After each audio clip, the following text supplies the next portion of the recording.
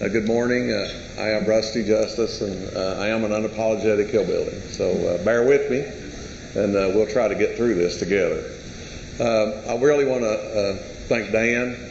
Met him earlier. Know his brother. They're twins, and I thought I was having hallucinations this morning. I thought, Dave, why are you here? But it's not. And also want to thank the Chamber on behalf of Lynn and myself for inviting us here, giving us this opportunity to speak to you and to talk about BitSource and our part of the world, our part of the state. I also want to give a shout out to the Leadership Kentucky class. I was a 2013 graduate of this wonderful experience that you guys are having.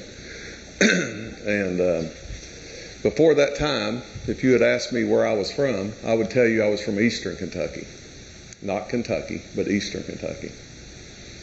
And because of that experience that you're now having, I now think of myself as a Kentuckian. I listened to what they told me. I went home and I tried to improve my state. So, enjoy the time together. You're making some friends for life. It's a once-in-a-lifetime experience. And I'm really kind of envious of you, to tell you the truth. And I saw several of my classmates here, a few of them here this morning. But you just form a bond here in this group and this experience, and you'll miss it. So good morning to you folks. You want some water? Okay, we'll get started. I told you. Next. Okay, the title of our discussion here is Reimagining the Appalachian Coalfield. Now, as I sit here and I saw the video this morning, that's actually the second time I've seen that. Linda and I watched it in our kitchen on a screen about that big the night it aired, and I have to honestly tell you, I look better on that screen. But as a hillbilly, the first thing we do is we claim kin. It's how we work. As I said in the video, we're not Southern, we're Appalachian. And a hillbilly operates with another thought paradigm. And whereas we look a lot like folks from other places, we really think a little differently. And that's part of the wonder of us and what makes us unique on this in this great state. So I'll tell you a little bit about me. I was raised an old regular Baptist. Now, I don't know if anybody here knows what that means, but it's a pretty conservative religion. And I married a Catholic. And I later converted. So we now say I'm a Bathlic. Which means that I like to drink, but I feel guilty about it. So anyway,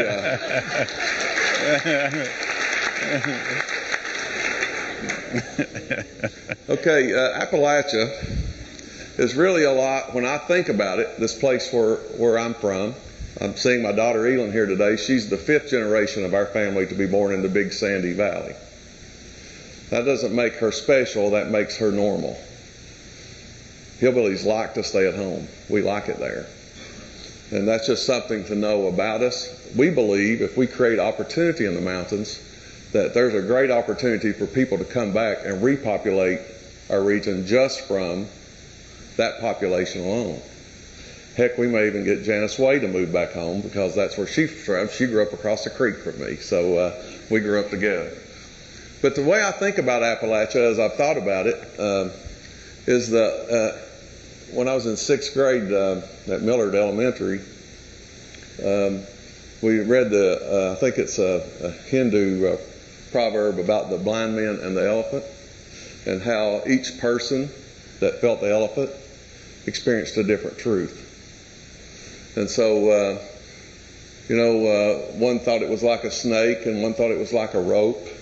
And the whole point of the proverb is that while one subjective experience can be true, it can fail to describe the totality of the truth. That is really a lot like the Eastern Kentucky portion of our state. We hear so much about our area. It has a fascination. That's one thing that we've discovered with all this notoriety we received, is there's a fascination with this place. It's mysterious to people. It's misunderstood both internally and externally, and I certainly don't have a full understanding of it. But I have devoted a fair amount of my time to trying to understand why it is. And so many things you see about our region are negative, and we have things, and it's really a lot of times we call it poverty porn. They'll drive up, they'll get a shot, they'll interview, they'll fill their narrative, whatever that is, and then they'll leave. And while they may have a fact, a truth, it's not the whole truth. The ARC defines our part of the state as this. Now, when I was at the University of Kentucky studying engineering, the Kentucky Geologic Survey describes eastern Kentucky as this. Now, when Lynn and I were thinking about bit source, we thought about this. These are the coal-producing counties. And while all these three regions, depending on which one you choose to think about, share a lot of commonalities, a lot of cultural legacies, the Coalfield has one distinct difference. We've had an industry there for over 100 years that, unlike what a lot of you, if you haven't been to coal mines, understand, is very technical in nature. Robotics, computers, all these technical systems. There's a lot of complexity in mining. And so what we have in that region is a displaced workforce with an intuitive understanding of technical skills and how technology works, and they understand how to work collaboratively, which is a lot like what we've learned in software development. Now, Lynn and I both come from the coal industry. We've made our careers there, and it's been good to us. But what we developed from that is a great respect and an intuitive understanding of the quality of the workforce, that the men and women that we work with every day during that time. And so, for me personally, I had the aha moment that all these colorful people that I'd worked about my whole life were something more than just guys with funny nicknames, because no coal miner has a real name. They all have a nickname. And, their drive shaft or podhead or gear jammer, it's just part of the culture. But this is an astronaut named Bill Reedy, and he was in 3 different shuttle missions, flew in space 3 times. He was at the Star Space Center in Russia for a year, and he's been to the bottom of the ocean in a submarine. He'd made 600 aircraft carrier landings. This was a guy with some perspective. I had the great opportunity, as the video said, I'm a space nerd, and so when I heard there was an astronaut coming to eastern Kentucky, I immediately went, I'll drive. And so I agreed I volunteered to take him around and show him underground. And we went 5 miles underground, and he met some miners in Perry County. And as we come out of the mine and we're starting to take our gear off, he said, I saw technology in this mine today that was equivalent to that we use in the shuttle program. And I saw skill sets here that are every bit as good as at the level of people that work at NASA. Well, for me, that was that. Really, that's just, gear jammer. How can he know that, but I had that paradigm shift to where I just had that recognition. These are really high-tech workers that get dirty. And so taking that, you met Michael earlier in the video, we had no trouble seeing that a guy that did this could be that. And if you work around Michael, that's pretty much how he does his work now, with his feet up on his desk. So our Coal to Code initiative was really not that much of a leap of faith, because we had a great understanding and appreciation for these folks if they were given the opportunity. And so we see that group of people, that was the initial cohort, and when we selected from this huge pool of applicants, we saw other people, lots of other people with aptitude. We were looking for we had the opportunity to be very selective, and we kind of altered right then, which now we know is called agile development, but we pivoted right in the middle of the application project and decided with so many good candidates, let's do a cross-sectional representation of our industry and our region. Instead of just trying to fill 10 seats with people that could learn to code, let's find people of good character that had the aptitude, that would commit to something bigger than themselves, but that also represented a cross-sectional sample of our region. And so we saw those folks as these folks, and we told them that every day. And they've actually, now that they've photoshopped a photo of them in that pose, and they gave it to me as a... But anyway, we also see that we have a great opportunity to grow and expand, because within driving distance of Pikeville or satellite offices of BitSource, we see a large workforce because we're on the border of Southwest Virginia and Southern West Virginia. Really the same culture. They're hillbillies just like us. And they have that same intuitive understanding of technology and complex systems and collaborative work. Our team came, those are the counties, as I told you, one person from Virginia right across the border, several other counties in eastern Kentucky, and they're also a cross-sectional representation of the industry. We had 3 surface miners, 3 underground miners, 3 industry support, and we actually had 4 underground miners, and we chose 11, but the one didn't show up. So we had 4 underground, 3 surface, and then 1 non-coal, because not everyone there worked in the coal industry, and we wanted a cross-sectional representation of our region. Now, the next thing to understand about eastern Kentucky is, what does it mean to be geographically bound? Now, this is Pikeville, Kentucky, where we're fortunate enough to live, and that gives you a good example of what it means to be geographically bound. When I was a young man, I never will forget traveling to a small town, probably similar to size as Pikeville in western Kentucky, and going out in the town, and it ended, and there was more land. It was why did they not just build the town on out farther? There's more land. Yeah. Because I didn't realize you just built as much as you needed. All of the towns I'd ever been in just stopped when they hit the hillside. And so that's how we knew how big our towns were. It's how wide the valley is. Communities in Louisville, when I come here, and especially in larger cities, people live 3-dimensionally. They live vertically and horizontally and in both directions. In other towns, people live 2-dimensionally. They'll have streets and alleys. This is one of the larger towns in eastern Kentucky. We have 1st Street, 2nd Street, and the boulevard, which used to be the train track. So we live in linear communities. So what we call a holler is really a linear community, a neighborhood. It just is 1-dimensional, because that's what the terrain gives us.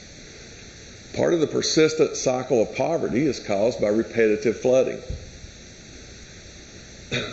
These towns flood when it rains because they sit at the bottom of a V, and the first thing they teach you in engineering at University of Kentucky is water runs downhill and you can't push on a rope. That's really all you need to know. I will bestow an honorary degree in engineering on everyone here today. And so if you look at this, to the left, up to the far left corner up near the top is a flat space. That is some of the devastation due to mountaintop removal that we hear about all the time. Now, the majority of eastern Kentuckians were not against mountaintop removal. The majority of people outside the region were. We need flat land, and that was how we made it.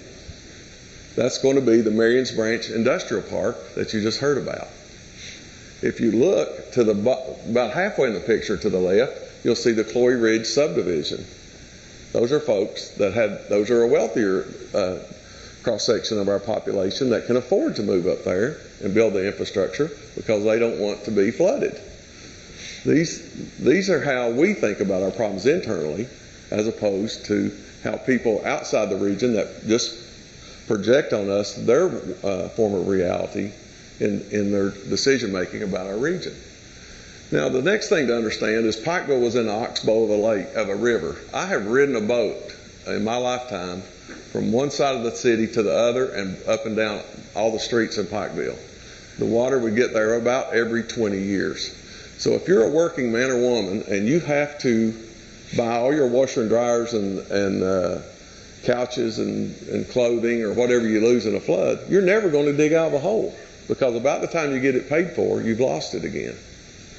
The persistent cycle of flooding is part of what keeps us down in the mountains. Now in Pikeville, we have moved the river out of the town, and it's not like we just moved it over here in another piece of flatland. We took a whole mountain away and moved the river out of town. That's part of why Pikeville has been able to surpass the other towns in the region. Not the only one, but it's a contributing factor, because we haven't had to rebuild Pikeville since I was still in high school, just got out of high school when that happened, the last flood in Pikeville. So we haven't had to rebuild in over 30 years, whereas all the other towns in the region have had some level of flooding that they've had to put some of their resources to rebuild.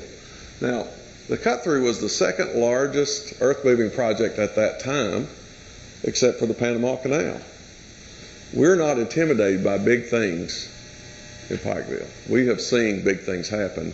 It's not alien to anyone there. So big things don't intimidate us there, because we've done it and we've seen it.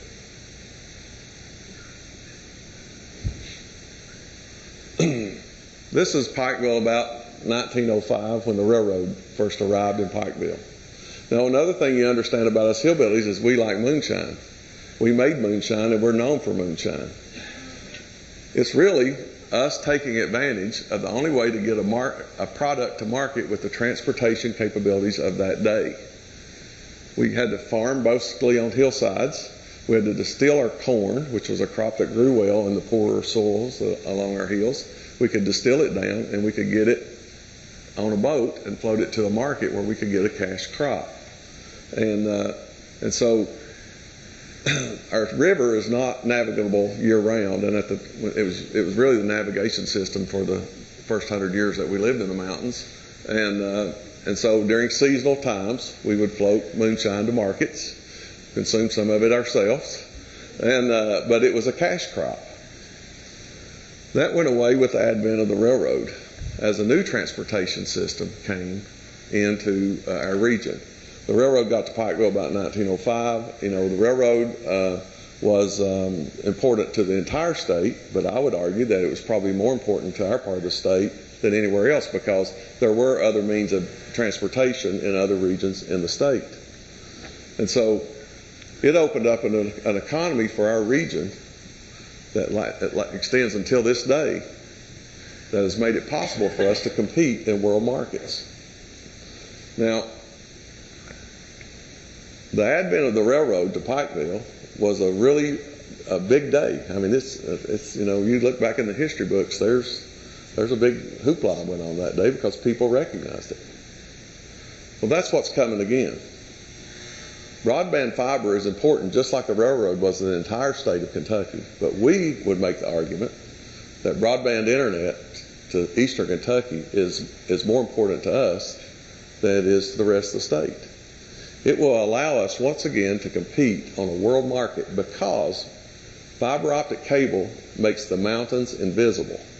We can produce products in Pikeville, Kentucky, and export them anywhere in the world at a competitive transportation rate, which really is a huge opportunity for us that did not exist until the Kentucky Wired. So you will find a passion for the Kentucky Wired project in the mountains of eastern Kentucky. I don't think you'll find anywhere else, because we see it, and it's coming, it's a reality. And so we see that as really how we can reimagine ourselves, and that is fundamental to it. So I would encourage anyone, if you really want to make a difference in eastern Kentucky, support that. We get broadband, the fiber, and it becomes a reality. Because if we're going to change the averages, when you take all the good things that go on in our great state, which I learned in the leadership program, the transfer payments, there's an inordinate amount of transfer payments that go to our end of the state. We bring down averages there. We have got to work on those things and fix that. And that's key to that. So what is BitSource? Well, we're a digital, a lot of people thought when we first started we were a school. And we are not a school. We were never a school. We hired a workforce that had no skills, and we had to give them skills first. So we didn't open our doors and start producing a product first. We had to train a workforce. But we were a company with a social mission, and we were inspired by the SOAR initiative. Now, I don't know, a lot of you in here I'm sure are familiar with SOAR, but I want to talk about it a little bit. Now, I'll say another about BitSource. We're a very pro-coal tech company, which also sets us apart in the industry. We don't see ourselves as an or, we see ourselves as an and. We support the coal industry. It is vitally important to our part of the state, and I think to the rest of the state. And but we do see the need to diversify our economy. We need that in the mountains.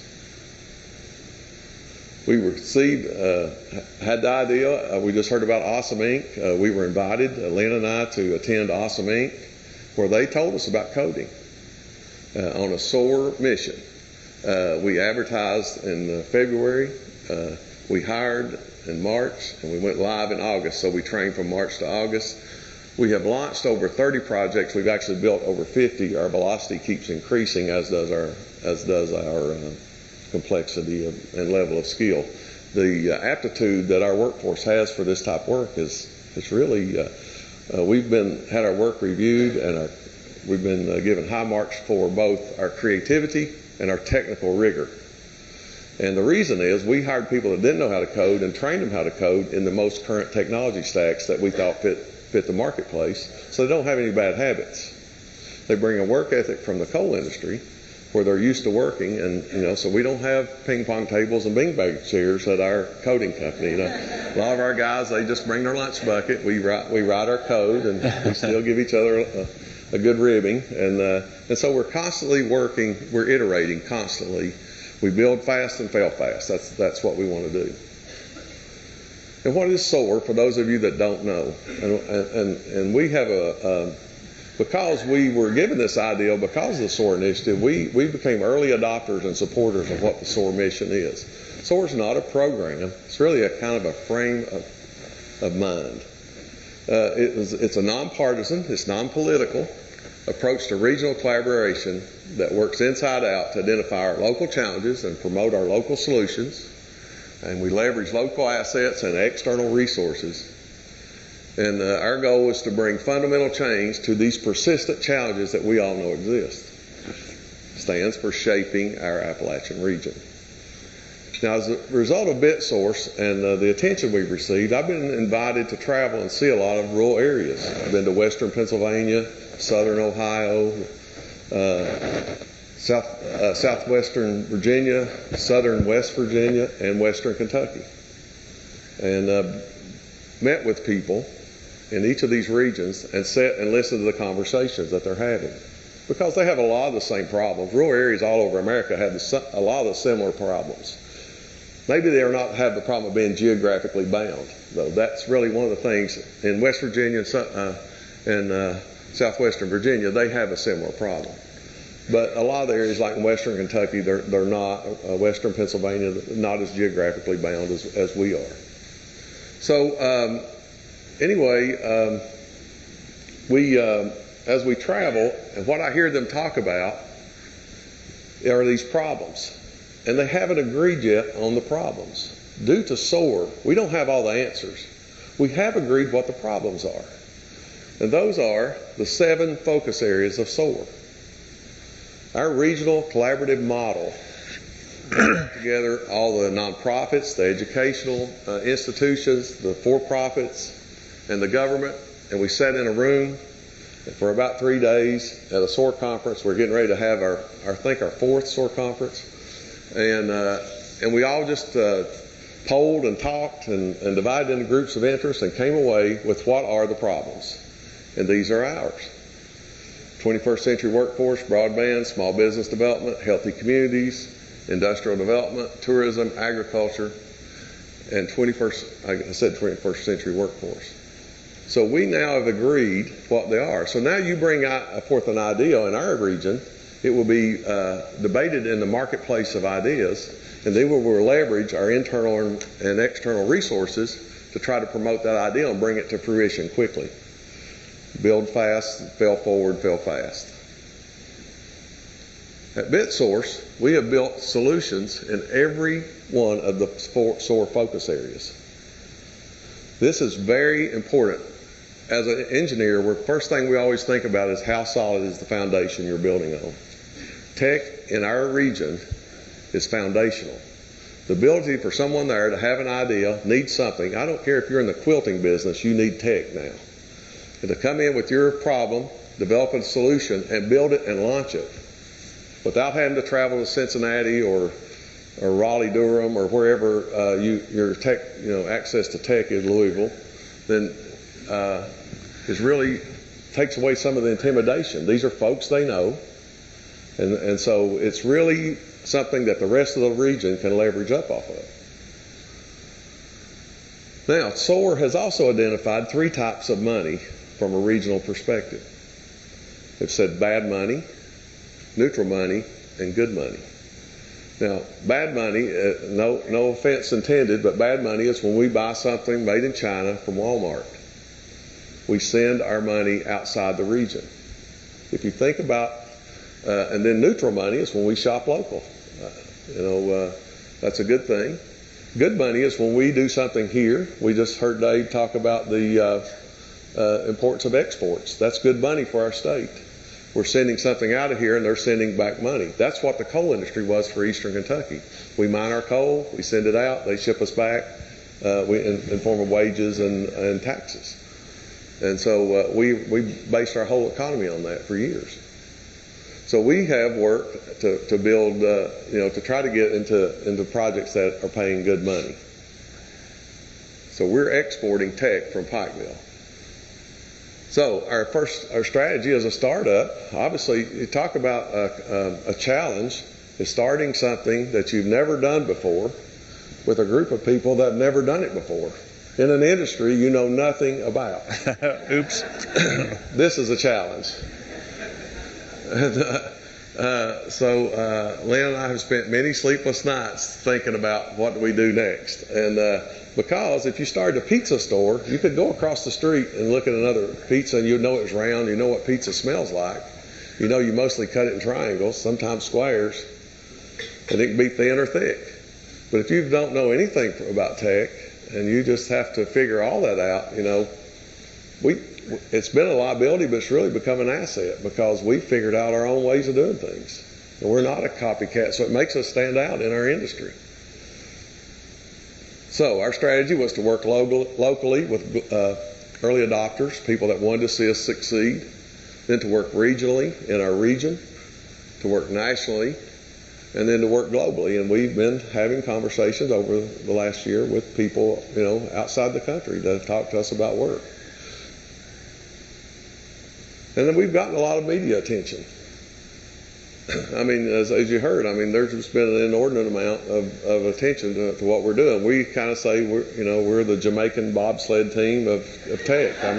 It's just, So we asked, this is Wired Magazine did an article on us. And it says, why has our Coal to Code initiative got so much attention? And we think this is because it's counterintuitive to our regional stereotypes. The term ignorant hillbilly is the only politically correct pejorative you can now use in media. Pay attention to it. We're over it, but we have hillbilly days. We decide just to join everybody and make fun of ourselves. But it is okay to say that, and you will hear it almost every day. And so really we're portrayed this way, we're feudist, we're put upon, we're helpless to control our destiny, we're helpless, and we're simple-minded. When I was in leadership, when Elon was in 6th grade, I visited the Kentucky Historical Society, and from my perspective, there was not a positive image in the entire Historical Society about Eastern Kentucky. There was pictures of Kennedy and Johnson coming there in the poverty programs. There was a coal camp, beautiful coal camp. You walked in, but it played the song, load 16 tons, what do you get? Another day older, deeper in debt. And had a dial where you took how much the company paid you, and you cut back until you had a little bit of money left. And so I got embarrassed Elon as usual.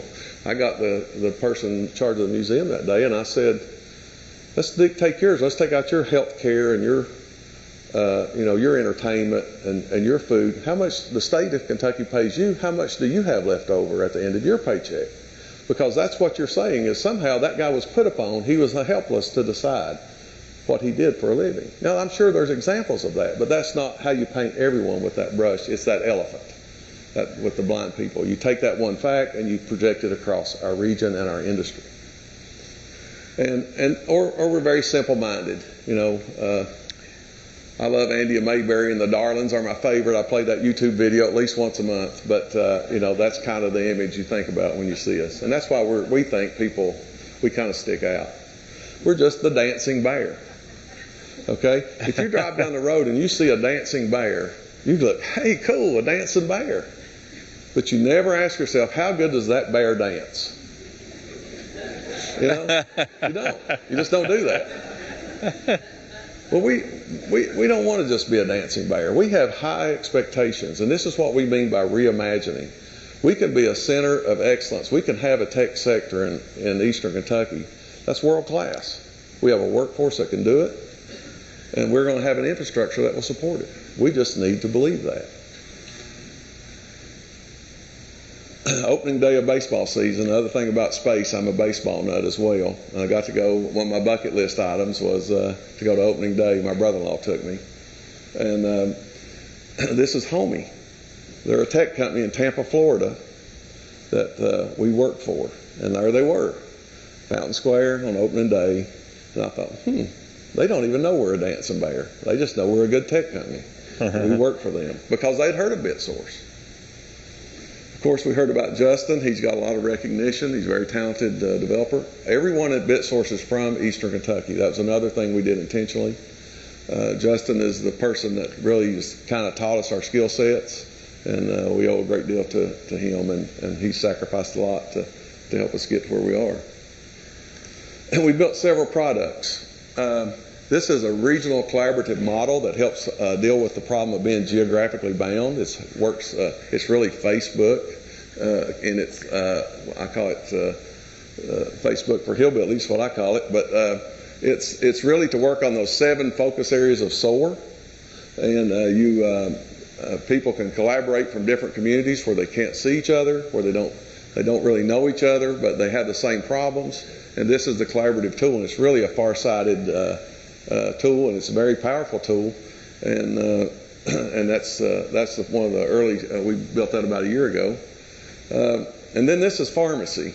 This was the one Garland was working on in the video. It's a tool for there's a voucher program for farm to table, and it manages all the metrics, the health metrics versus the cost metrics for people on public assistance that receive vouchers at the farmer's market. So that they give them a voucher, they say, okay, you received this much money, let's measure your certain health metrics, BMI, blood pressure, weight. Let's see how, instead of spending your money at fast food restaurants and you eat farmer's market, how's it do? And we built this product entirely, and it's in use now. And this is something about the opioid crisis. We attended a hackathon, got an idea, a SOAR-sponsored hackathon, got an idea for came up with a solution for a response app for people. If you see someone overdose, you just hit a button. It notifies people that have naloxone, and because overdose is really a lot like stroke. It's that you got to respond quickly. We built the prototype in 6 weeks. Once again, the power of having a local tech source that's motivated by local problems. And we are now in partnership with the City of Pikeville to incorporate this into their 911 system and their emergency responders, and we hope to have that launched by the end of the year in their system. It'll be one of the first prototypes of its type as far as we can tell, for the first products. It won't be a prototype then. Then also we're moving into augmented reality. I hope I could make this play. This is a video. Is there a... Oops. Well, there you go. So Pikeville also, we hope, will be one of the first augmented cities. And this just shows you put a trigger on any building, and it will overlay reality with whatever you want to put upon it. So we're doing some augmented murals. It's a project that we're starting right now, and We hope to have an augmented reality that puts the river back through Pikeville when you stand at the overlook of the cut through and install, and it'll put the river back through town, because people can't conceive what it looked like before it happened. And so we think that would be really good. But these are just the type of technologies that we're working with. When we started BitSource, we had 3 challenges. How to develop a workforce, we think we've done that. How to develop the management structures to manage a tech company, a company you've never run before. We think we've got a pretty good handle on that. Now we're working to earn the confidence of the marketplace, because it's still, we have those regional stereotypes. It's counterintuitive to people that we can do high-level work, and so they don't really consider us for things that we would hope they would. And so we've really focused on developing our capabilities. We built our web and database stuff in Drupal, whitehouse.gov, kentucky.gov is the Drupal site.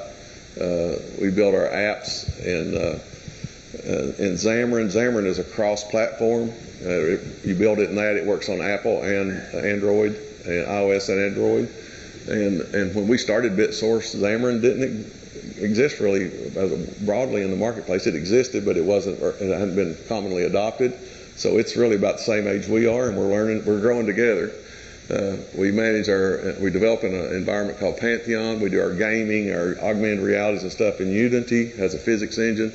We're Amazon web partner, and then we work in search engine optimization and Google Analytics. And the Amazon web partner we're just now getting that kicked off. So really, we're not too far along in that, but we're there.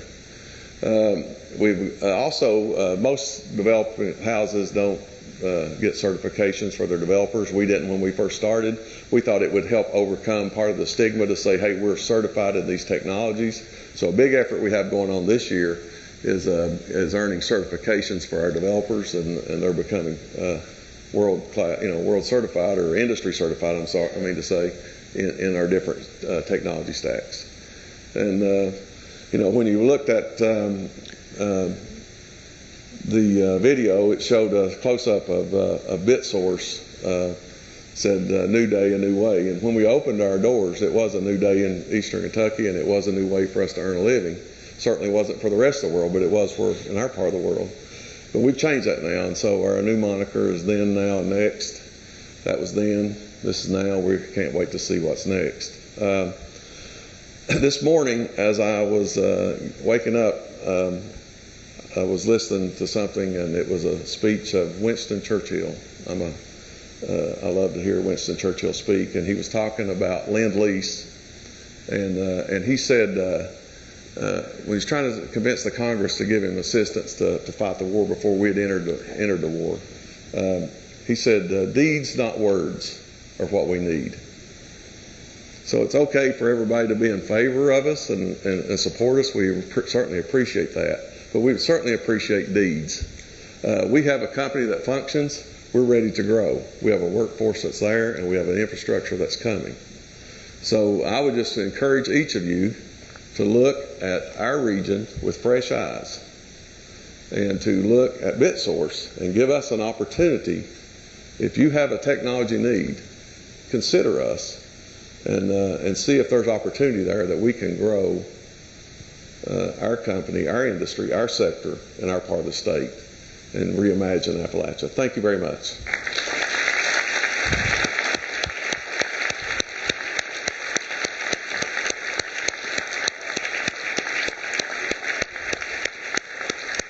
Sure. Mm-hmm. We have time for a few questions, and I can't imagine that hasn't provoked some. So do we have any questions? And we have the mic set up. Hey, Rusty. Hey, Steve.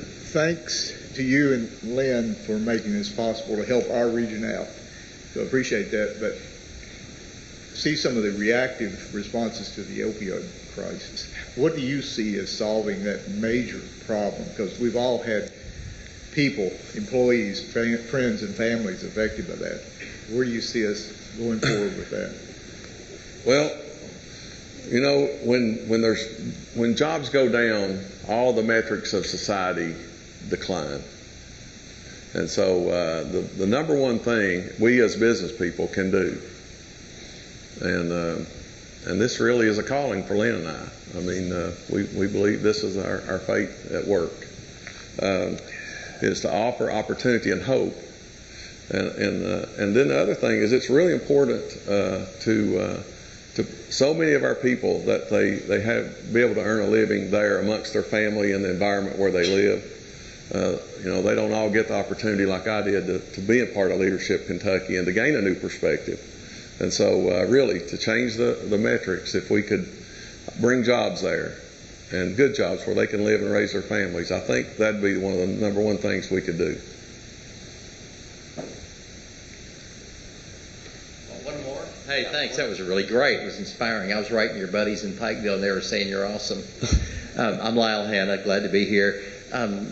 If we want to engage you, what kinds of things? Do you want work? Are you looking for opportunities? Yes, sir. Do you want to build apps?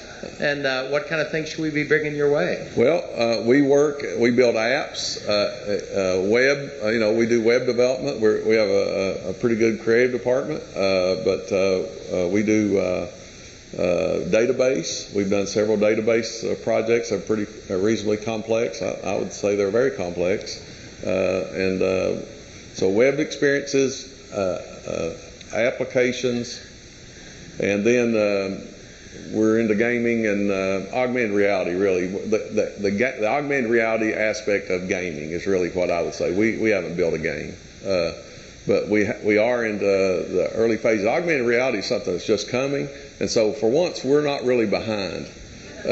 We actually are on the edge of that, and we feel pretty confident that that's an area that's really of need. Coming from on a lot of heavy equipment, being able to take your iPhone out and look at the part, and the repair manual will be right there and show you what to do on that part is going to be a powerful tool.